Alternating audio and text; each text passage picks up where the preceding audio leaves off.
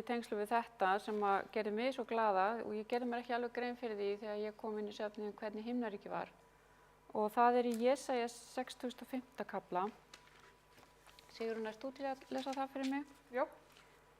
Það 17. vers og svo 21. til 25.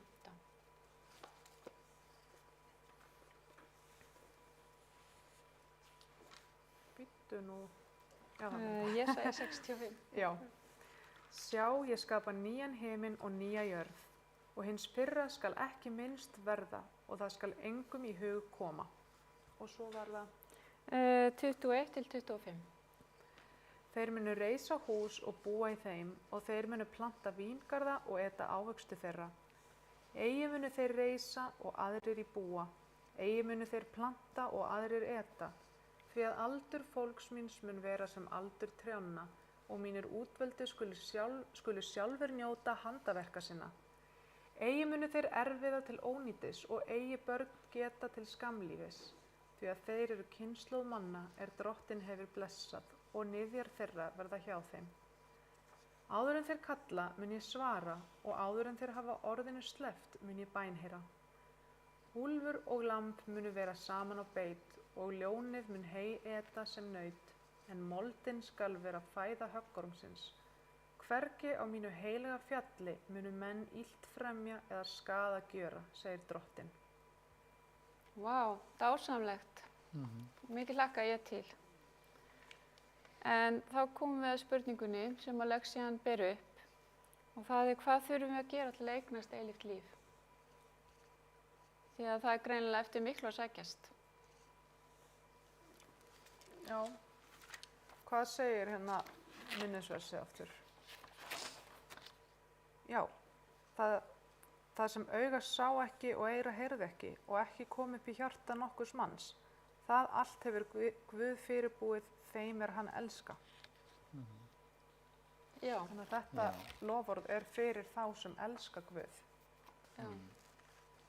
Nei, einmitt og einhver myndi kannski segja að við þurfum ekki að gera neitt til að fá allt þetta og það raun og veru satt eins langt og það næri raun og veru að við komum ekki með eitthvað að borðinu sem þannig að við þurfum að fórna einhverju sem skiptir einhverju máli til þess að öðlast þetta. Enda það aldrei hægt. Nei, enda getum við aldrei borgað gjaldið. En við komum til Guð föðurs í iðrun og sem hluti af þessu ferli þá elskum við hann. Þannig að þetta svona áhugavert og þetta lofa þeim sem að elska Guð. Kærleikurinn kemur alltaf, kærleikur okkar til fjölskyldu okkar og vina og bara þeim sem okkur þykir vænt hann kemur alltaf fram í verkum.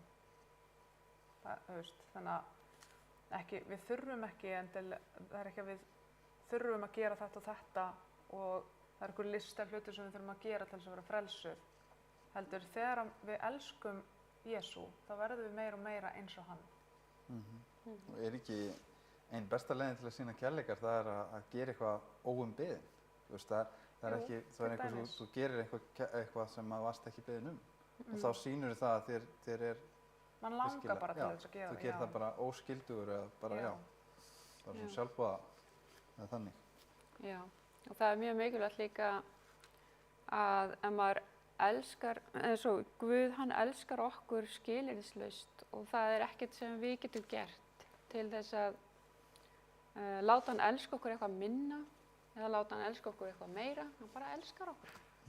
Og okkur ætlað líka að elska Guð alveg skilyrðislaust, alveg saman þó að hann kannski svari ekki alltaf bænum okkar eins og við höfum viljað. Eða af því að þetta olli okkur vonbrigðum í lífinu, eða af því að hann biður okkur að sleppa tökunum af þessu eða hinu, að okkur ber að elska hann bara, af því að við náttúrulega treystum honum algjörlega fyrir okkar lífi. Hann elskaði okkur fyrst og hann fórnaði öllu fyrir okkur. Já, hann hefur sýnt það í verki að hann elskar okkur skilyrðislaust.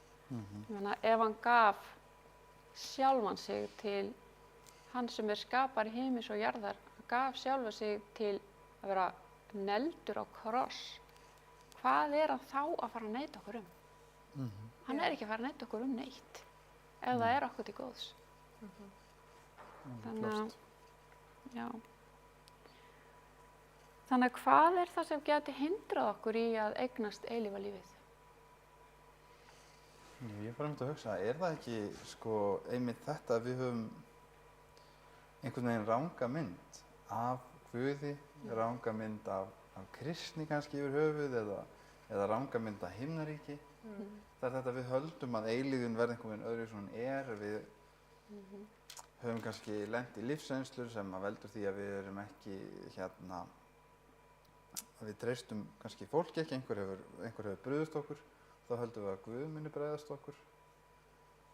Þannig ég hugsa bara að eina leiðin til að átta sig ekki á gjöfinni sem gefin hefur verið er einhvern veginn að miskilja tilganginn eða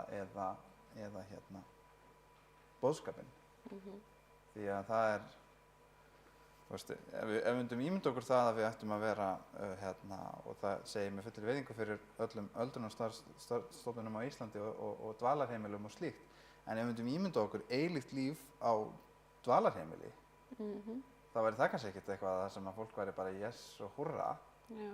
En ef við ímyndum okkur eilíðina í himnaríki með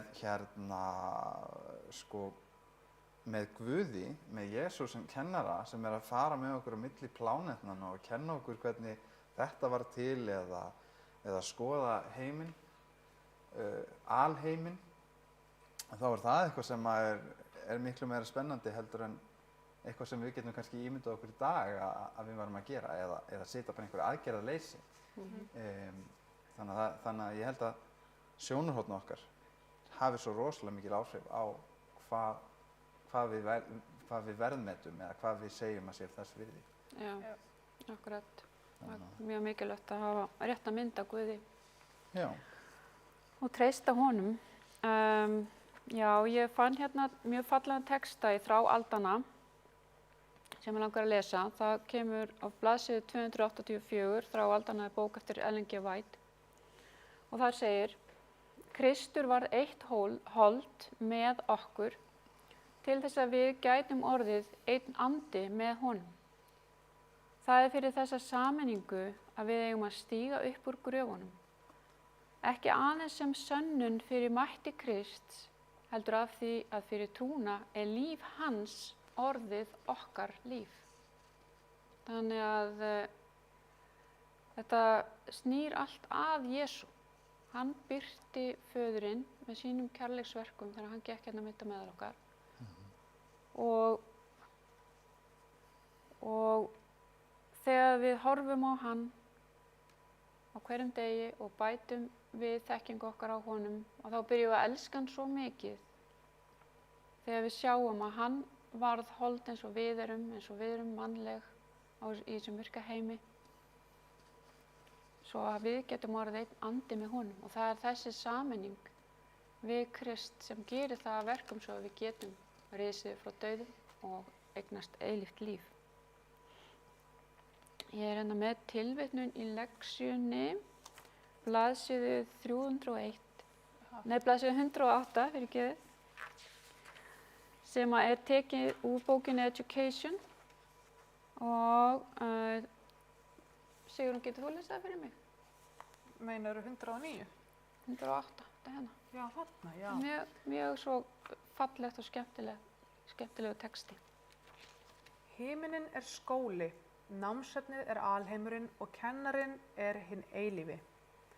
Útibú frá þessum skóla var sett upp í Eden og þegar endurlausnaráformið hefur verið fullkomnað, mun menntunin halda áfram í skólanum í Eden. Já, þannig að þarna fáum við að sjá aðeins brota því sem við munum hafa á himnum. Og í dag þá eru svo margar spurningar sem að vakna hið innra með okkur. Til dæmis, af hverju er syndin, af hverju er þjáningin, af hverju gerðist þetta eða hitt, við getum kannski nefnt það sem er næst okkur sem var að gerast á Seyðisfirði. Af hverju kom skriðan? Af hverju var þarna fjölskylda sem bjargaðist? Voru englar Guðs þarna á bakvið? Það eru margar spurningar sem að við höfum og við getum ekki svarað í dag en við munum fá svör við þeim þegar við komum til himna. Svo erum við með aðra spurningar sem eru kannski léttvægari með að við hitt og það eru hvernig virka náttúrulögmálin? Hvernig eru lífverurnar? Hvernig er himingeimurinn? Og lífið í eilífðinni? Það mun vera eilífur lærdómur og menntun.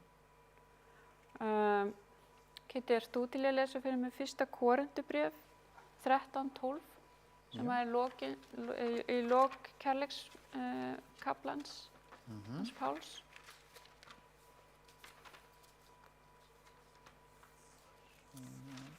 Þrettán, 12. Nú sjáum við svo sem í skuggsjá, í ráðgátu, en þá munum við sjá augliti til auglitis. Nú er þekking mín í mólum, en þá mun ég gjörþekkja eins og ég sjálfur gjörþekktur orðin. Já, þannig að þarna er enn eitt loforðið það og líka lýsir fyrir okkur hvernig ástandi hjá okkur er í dag að við sjáum eins og í skuggsjá. Eins og í gegnum svona dökkt gler sem er allt svona bylgjótt. Við sjáum skakkt og ekki rétt oft á tíðum, en þá þegar við fáum eilífa lífi þá munum við sjá augliti til auglitis hlutina eins og þeir eru. Og það sem að kemur fram hérna er að himinninn er skólastofan, alheimurinn er námsefnið og Guð er kennarinn.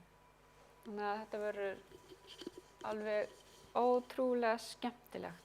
Hafið þið einhvern tímann lent í því að vera að rannsaka eitthvað eða leita svara við eitthvað sem hefur verið erfitt að finna svör við og allt í einu fatta, já, alveg rétt.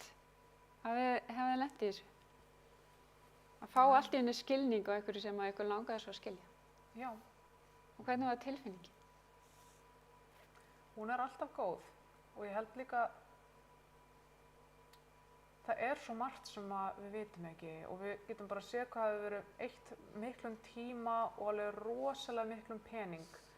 Til dæmis bara í að koma fólki út í geiminn og myndavélum út í geiminn út af því að það er svo mikil forvitni. Við viljum svo mikið vita hvað er þarna úti og allir hugsa einhvern tímann með sér hver er tilgangur lífsins og hvað gerist eftir dauðann.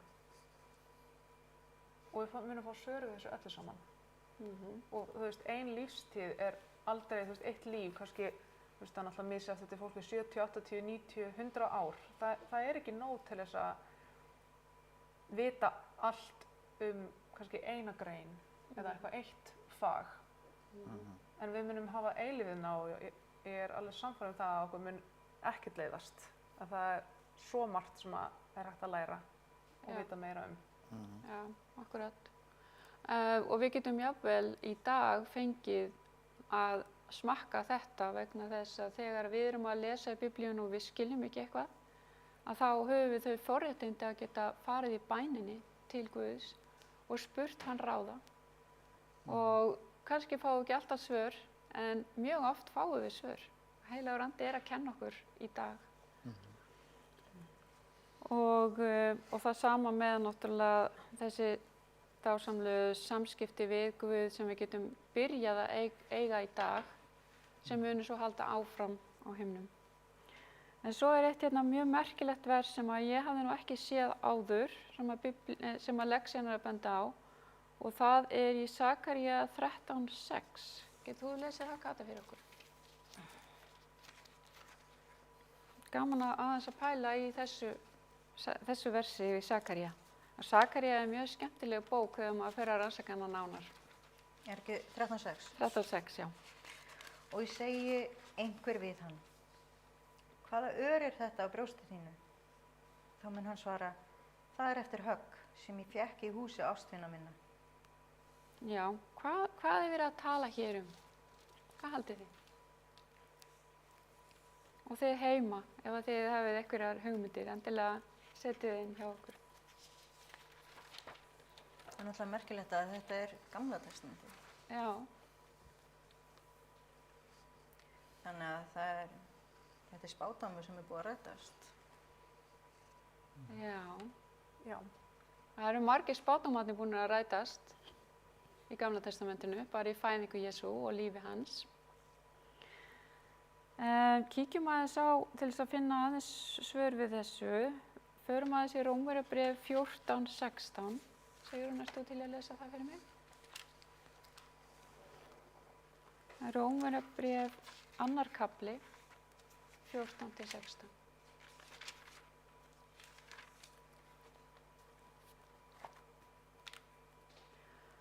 þegar heiðingjar sem hafa ekki lögmál gjöra að eðlisboði það sem lögmáli býður, þá eru þeir, þótt þeir hafi ekki neitt lögmál, sjálfum sér lögmál. Þeir sýna að krafa lögmálsins er rituð í hjörtum þeirra, með því að samviska þeirra ber þessu vitni og hugrenningar þeirra sem ýmist ásaka þá eða afsaka. Það verður á þeim degi er Guð, samkvæmt fagnaðarerindi mínu, er ég fekk fyrir Jesú Krist, dæmir þið dulda hjá mönnunum. Já, þannig að það, sem sagt, Biblían segir þá að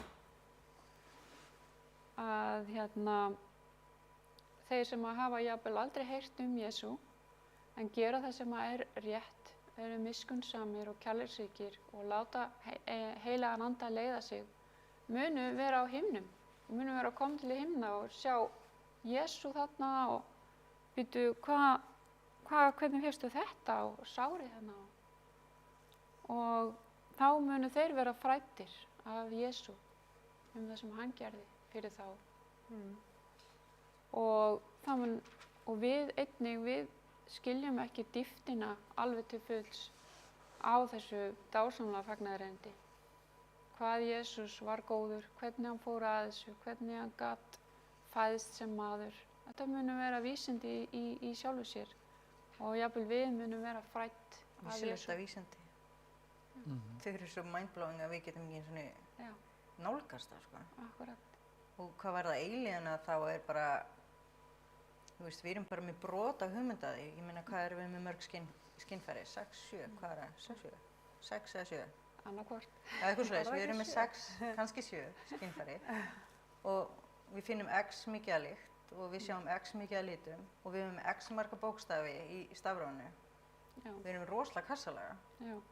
Það eru kannski fleiri litir, Já. það eru kannski fleiri skinn, það er alveg örugglega, sko. Já, mjög líklega. Ég held að bara hugur okkar og alltaf það bara höndla það ekki. Akkurat.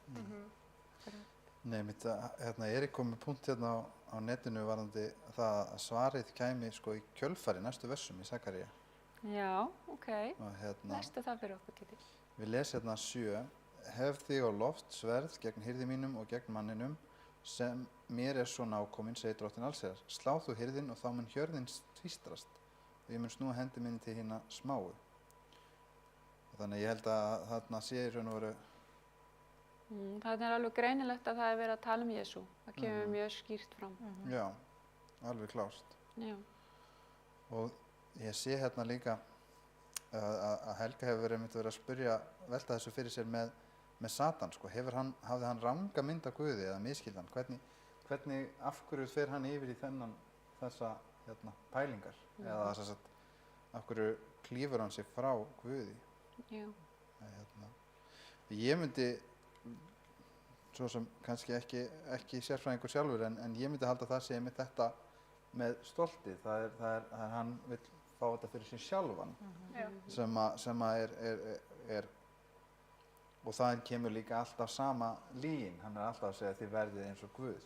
Þið verðið, þú veist, og maður sér það gegnum gangandi í trúarbrögðum öðrum að það er alltaf, því er alltaf lofað að maður verði eins og Guð eða maður verði Guð. Þannig að það er svona stefið að hann vildi sjálfur hafa þetta vald. Nákvæmlega. Stef, þetta er bara stef. Og sér að hvar sem er bara, hvar sem er. Já. Og meiri segja ekki bara í trúarbrögðum, heldur líka bara í samfélaginu. Ójá. Þú veist, það er bara svo, þú getur allt sem þú vilt, þú getur gert hvað sem er. Og ekki það, auðvitað, að hvetja fólk til að gera og reyna og prófa og æfa, veist, ná því sem þeim langar til og hafa drauma og metnað. En þetta er ekki svona... En ekki á kostnað annarra. Ekki á kostnað annarra og... Með kærleika og ekki að fara fram úr sjálfu sér. Og líka það kemur ekki með sjálfu sér. Þú veist, þú verður ekki bara, þú veist, heimsins besti, óperusöngvari eða eitthvað án þess að æfa eða hvað sem það er. Það skiptir ekki máli hvað þú ætlar að gera.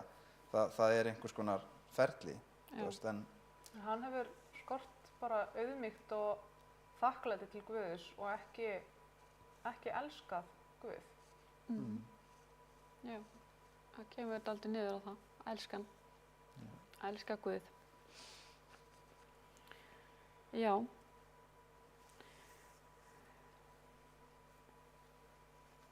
Þegar við aðeins að lesa Anna Korintubréf, já þú varst að lesa það fyrir okkur, Kata, lestu það bara aftur. Anna Korintubréf, 4. kafla, 17-18.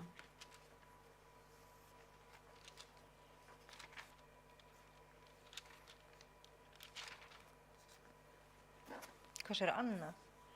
Anna Korintubréf, 4. kafla, 17-18.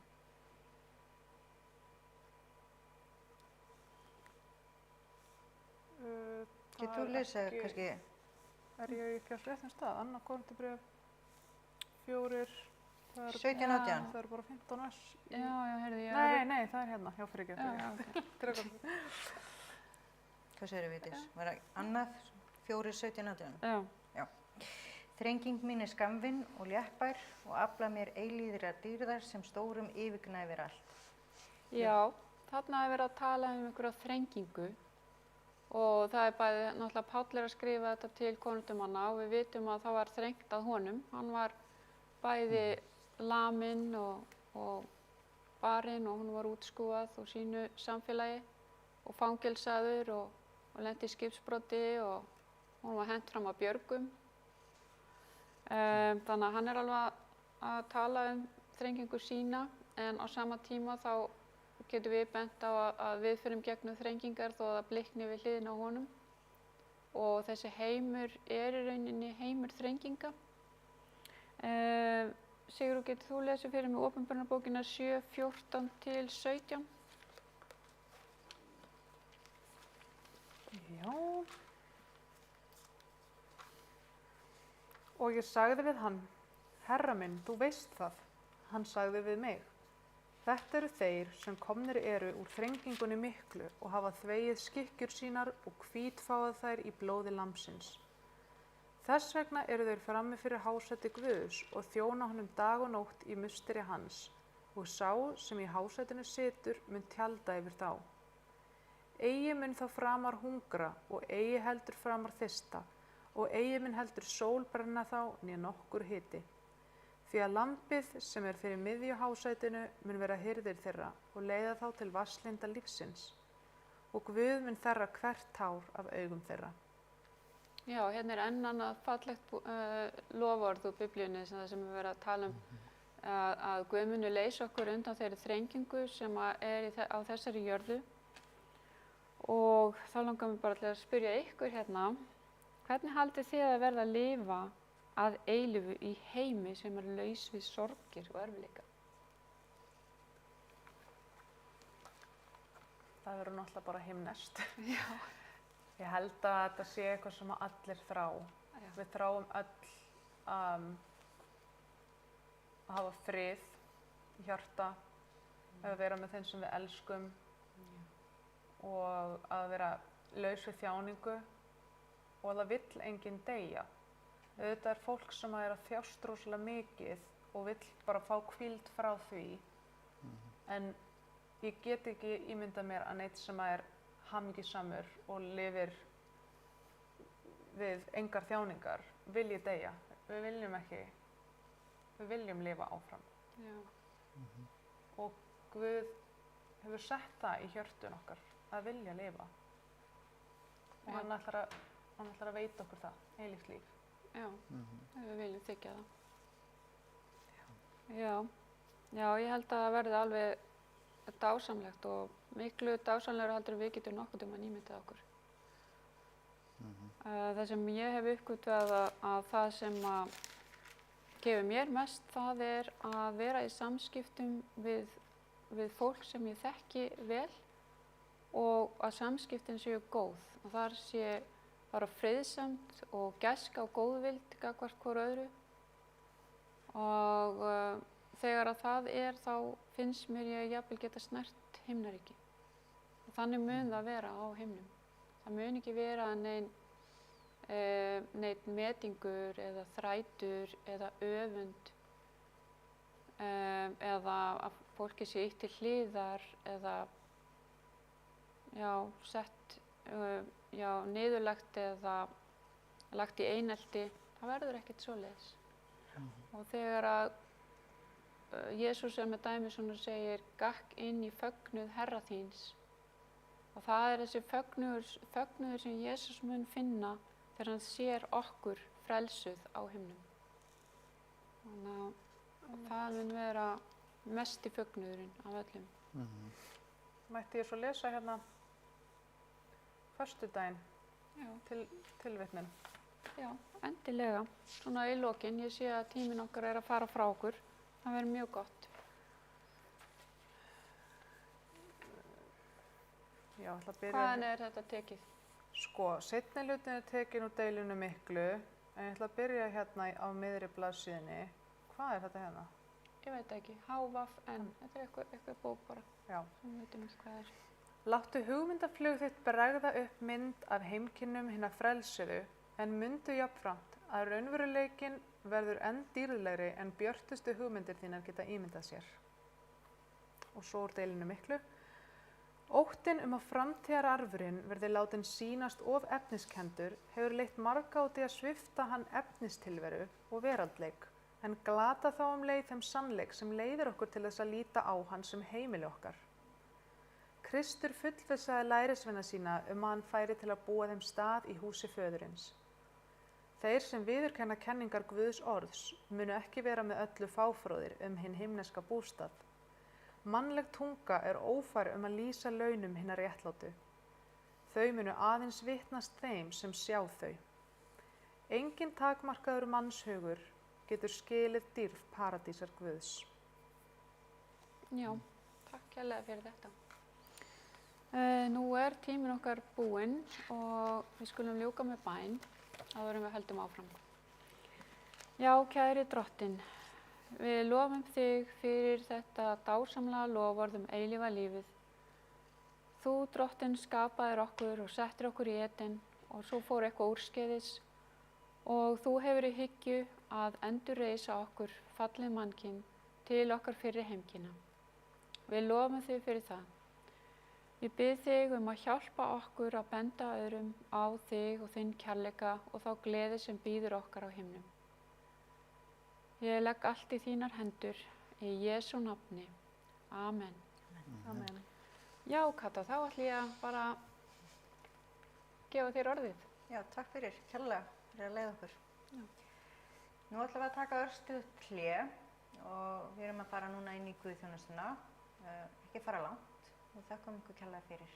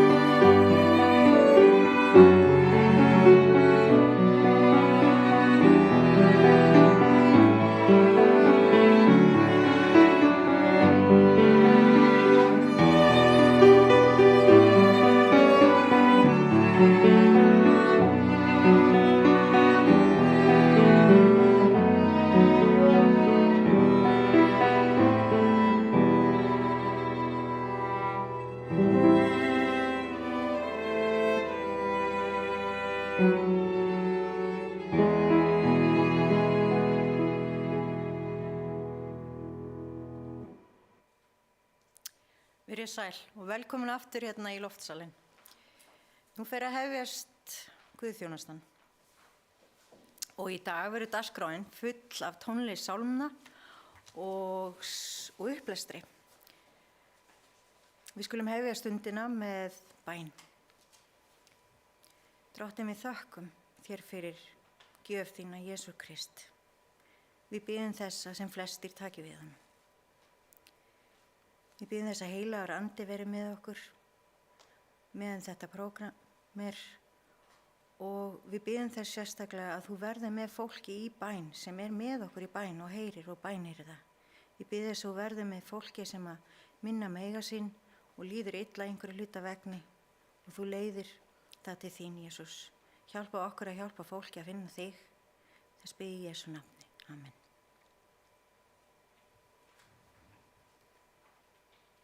Nú skulum við hlusta á sálm sem Bjartir yfir Betlehem sem barnasálmur og þess ætlum við að biðja sérstaklega krakkana að syngja með því að eftir það verður barnasaga. Þannig að takið sérstaklega vel krakkar eftir. Gjör svo vel.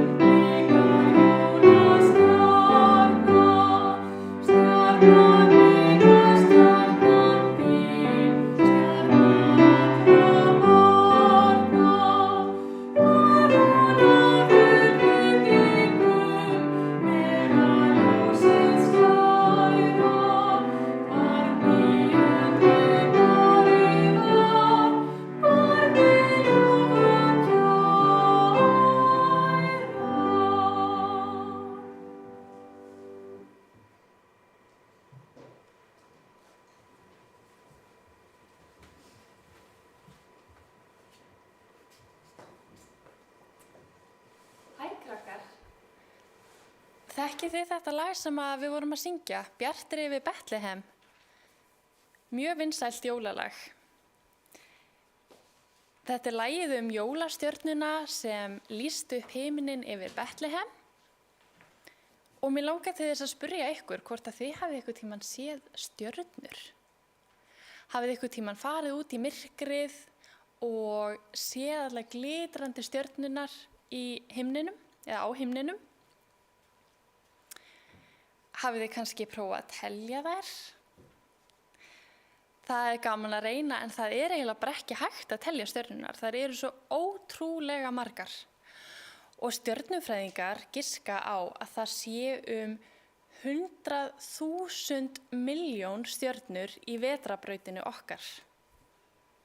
Kunnið þið að telja upp á 100.000 milljón? Sko, þetta er líka bara vetrarbrautinu okkar. Það eru til margir milljarðar af öðrum vetrarbrautum og kannski eru 100.000 milljón stjörnur í hverri einn af þeim. Þetta er alveg rosalega háar tölur. Mér langar til þess að einbeita eða snúa okkur aðeins aftur að jólastjörnunni. Í Sálmunum 19 og 1. versi í Biblíunni stendur að himnarnir segja frá dýrð Guðs. Vitrir menn, sem að við þekkjum núna sem vitringana, þeir voru að rannsaka stjörnur himinsins og þeir fengu svo sannarlega að sjá dýrð Guðs. Rannsókn þeirra á stjörnunum leiddi þá að Gamla testamentinu því að þar var fróðleikur og leiddi þá sérstaklega að spádómunum fæðingu frelsarans. Og vitringarnir voru rosalega spenntir þegar þeir lásu þetta og komust að því að fæðing frelsarans myndi gerast mjög fljótt. Eina nóttina sáu þeir mjög bjarta stjörnu sem var allt öðruvísi en hinar stjörnurnar sem þeir höfðu skoðað. Og þessi stjarna vakti áhuga þeirra, svo fengu þeir líka draum að þeir ættu að fara og leita nýfæddu barni. Sumir sem að trú ekki á Guð segja að þessi bjarta stjarna hafi kannski bara verið eitthvað sjaldgæft stjarnfræðilegt fyrirbæri sem hafi gerst akkurat þetta ár á þessum tíma. En mér langar að segja ykkur svolítið merkilegt við þetta allt saman. Vissu þið að jólastjarnan var ekki stjarna? Jólastjarnan voru englar sem að mynduðu stjörnu á himninum. Í þrá aldanna stendur að Guð hafi sent hóp engla til þess að lýsa veginn og leiða vitringana til Betlehem. Eins og Guð leiddi vitringana með stjörnu, þá vill hann líka leiða mig og leiða þig á kannski einhvern annan hátt. En það stendur einmitt í sálmunum sem við sungum áðan að stjarnan mín og stjarnan þín, stjarna allra barna, var hún áður vitringum vegaljósið skæra. Mig langar til þess að við þökkum Guði fyrir það að hann vilji leiða okkur og biðja hann að hjálpa okkur að þekkja rödd hans og þekkja þau merki og tákn sem að hann notar og kannski annað fólk eða aðstæður eða ýmislegt sem hann notar til þess að kenna okkur og leiða okkur. Þannig að við skulum hafa bæn. Góði Guð á himnum, við þökkum þér fyrir það að þér þykir svona ótrúlega vænt okkur og allt fólk í heiminum, að þig persónulega langar til þess að leiða okkur svo allir megi kynnast þér. Vilt þú hjálpa okkur að þekkja það þegar þú ert að tala við okkur og þegar þú ert að leiða okkur. Í Jesú nafni, amen.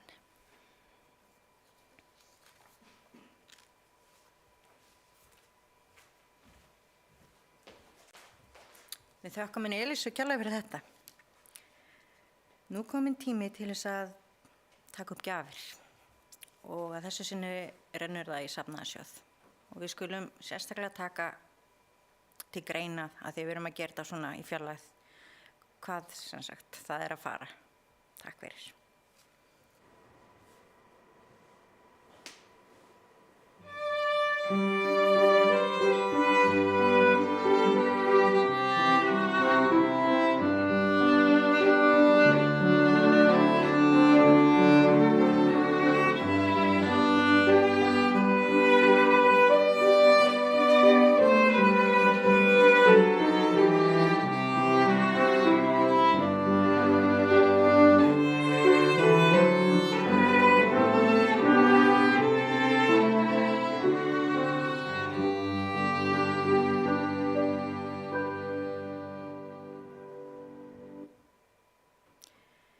Kæri himneski Faðir, ég bið þess að blessa þessar gjafir og þá sem gefa. Í Jesú nafni, amen. Og nú hefst upplestur, gjörðu svo vel.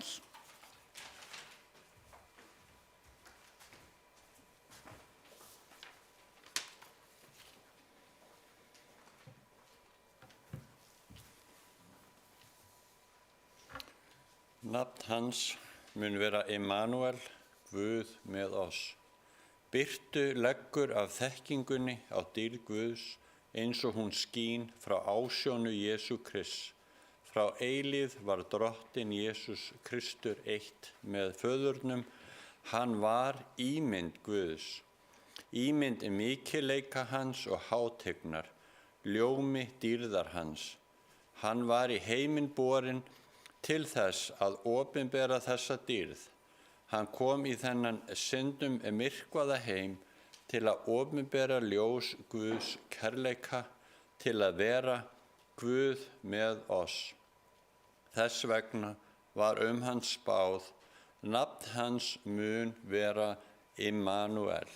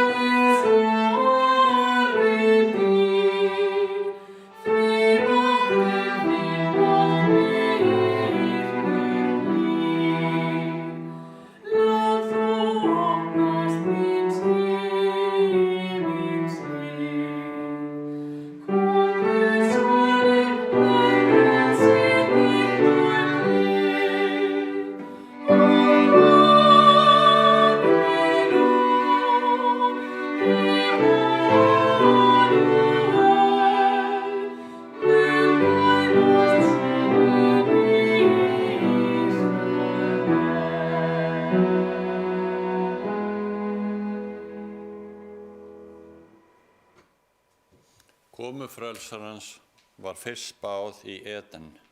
Þegar Adam og Eva heyrðu fyrst fyrirheitið, væntu þau skjótrar uppfyllingar þess. Þau fögnuðu frumgetnum syni sínum í þeirri von að hann kynni að vera endurlausnarinn. En uppfylling fyrirheitsins dróst.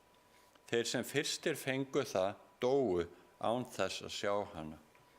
Allt frá dögum Enoks var fyrirheitið endurtekið fyrir munn ættfeðra og spámanna og hélt það við voninni komu hans, en þá kom hann ekki.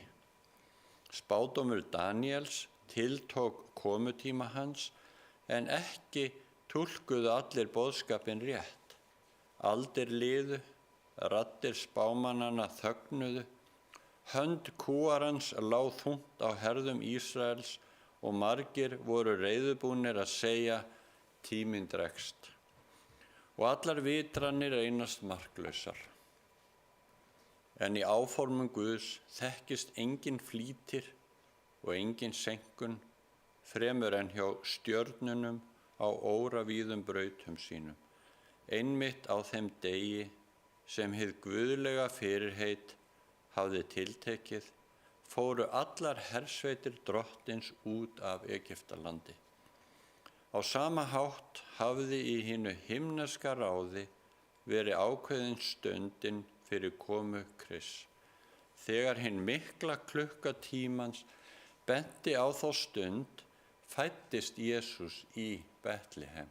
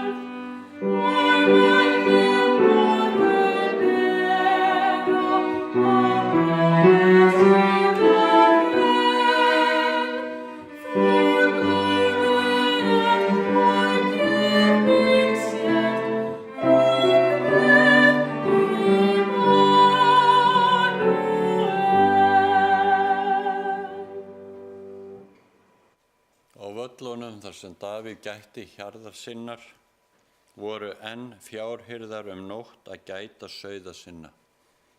Í næturkyrrðinni voru þeir að tala saman hinn fyrirheitna frelsara og þeir báðu til Guðs að konungurinn kæmi í hásæti Davíðs. Og engill drottins stóð hjá þeim og dýrð drottins ljómaði í kringum þá. Þeir urðu mjög hræddir. En engillinn sagði við þá, verið óhræddir, því sjá, ég boða yður mikinn fögnuð sem veitast mun öllum lýðnum.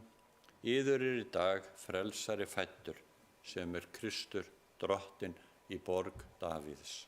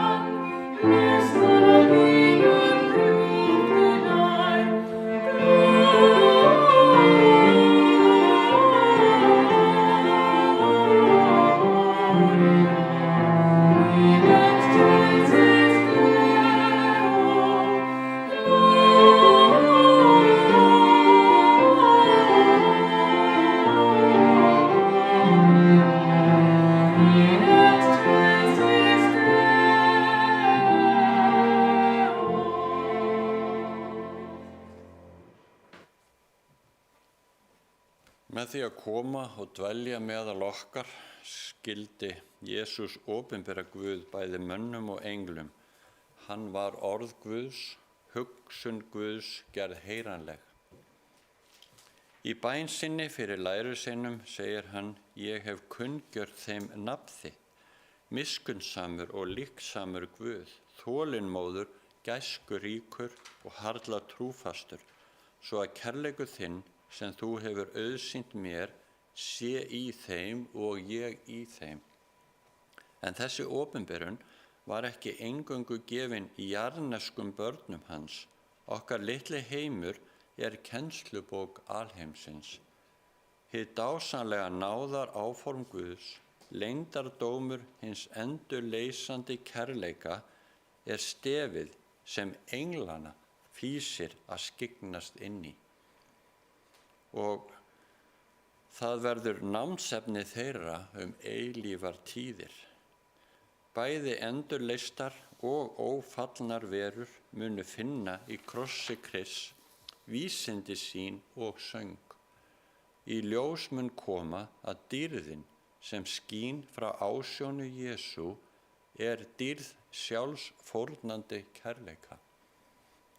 Í ljósinu frá Golgata mun sjást að lögmáli óeigingjars kærleika er lögmál lífsins fyrir himinn og jörð, að kærleikur sem leitar ekki síns eigin á upptök í hjarta Guðs, og að í hinum auðmjúka og lítilláta birtist hugafar hans sem býr í ljós sem enginn fær til komist.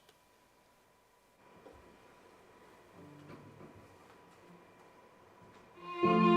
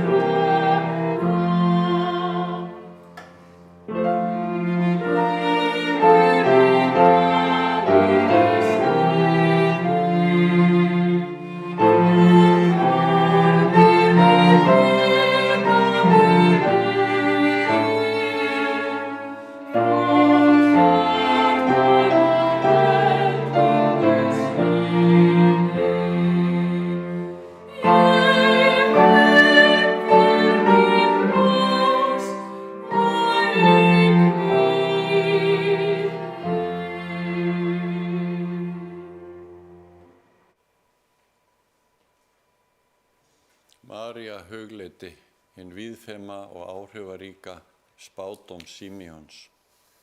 Meðan hún virti fyrir sér barnið í örmum sínum og rifjaði upp fyrir sér orð fjárhirðana í Betlehem, fylltist hún þakklátum fögnuði og björtum vonum. Orð Símeons minntu hana á hinn spámanlegu orð Jesaja: af stofni Ísai mun kvistur fram spretta og ángi upp vaksa af rótum hans. Yfir honum mun hvíla andi drottins, andi vísdóms og skilnings, andi ráðspeki og kraftar, andi þekkingar og ótta drottins. Réttlæti mun vera beltið lendar hans og trúfesti beltið jaðmir hans. Sú þjóð sem í myrkri gengur sér mikið ljós. Yfir þá sem búa í landi náttmyrkrana skín ljós, því að barn oss fætt, sonur oss gefinn. Á hans herðum skal höfðingjadómurinn hvíla, nafn hans skal kallað undraráðgjafi, Guðhetja, eilífðarfaðir og friðarhöfðingi.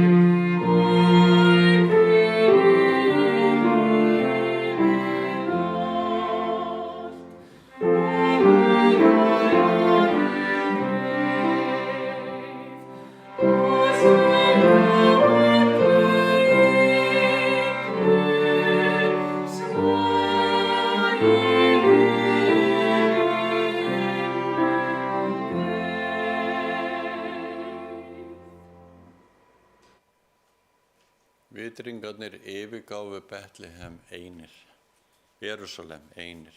Skuggar næturinnar voru að falla þeir fóru út borgarhliðið, en sér til mikils fagnaðar sáu þeir aftur stjörnuna sem leiðbendi þeim til Betlehem.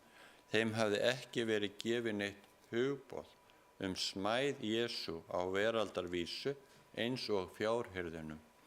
Eftir langa ferð sína hafði áhugaleysi gyðinga valdið þeim vonbrigðum og þeir fóru frá Jerúsalem með meiri efasemd en þá þeir komu þangað.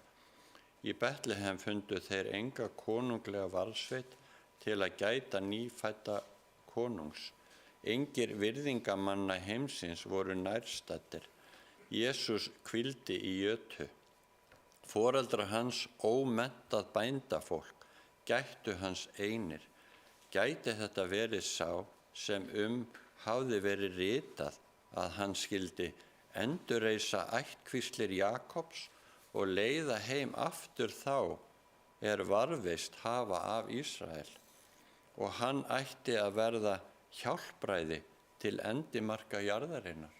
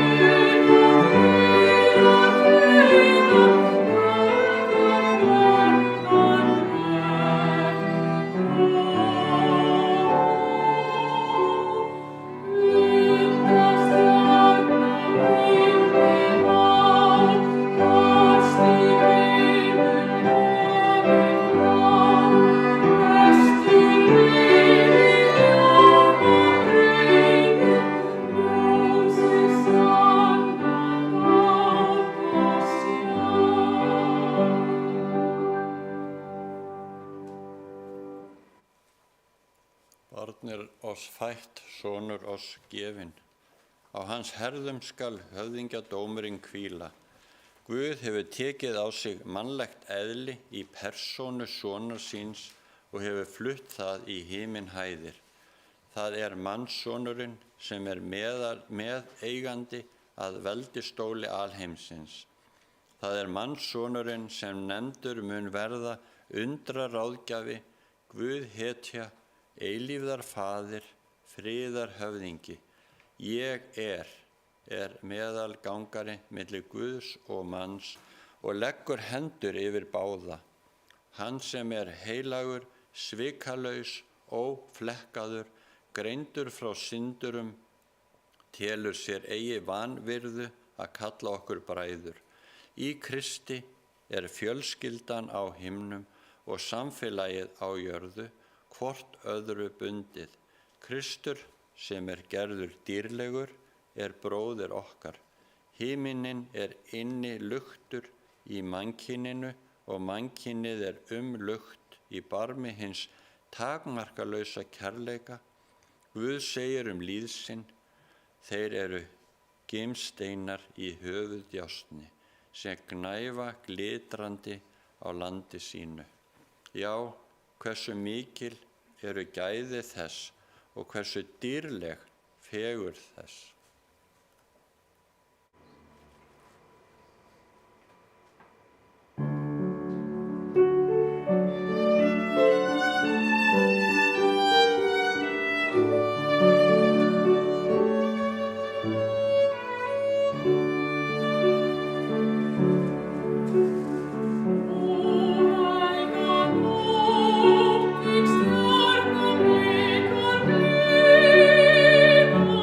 Oh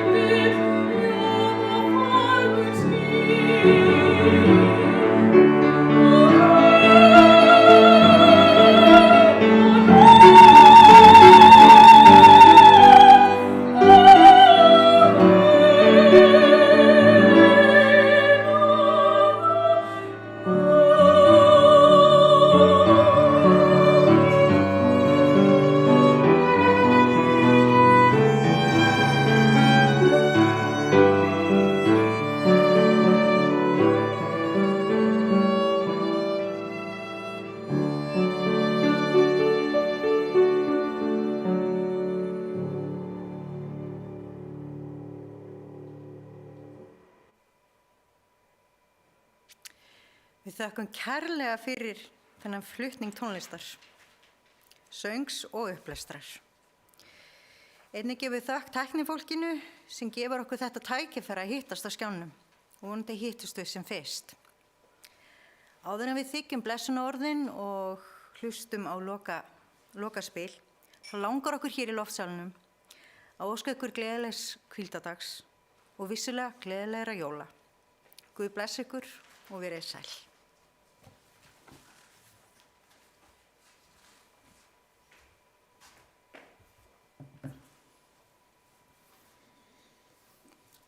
Drottinn blessi þig og varveiti þig. Drottinn láti sína ásjónu lýsa yfir þig og sé þér náðugur. Drottinn upplyfti sínu augliti yfir þig og gefi þér frið.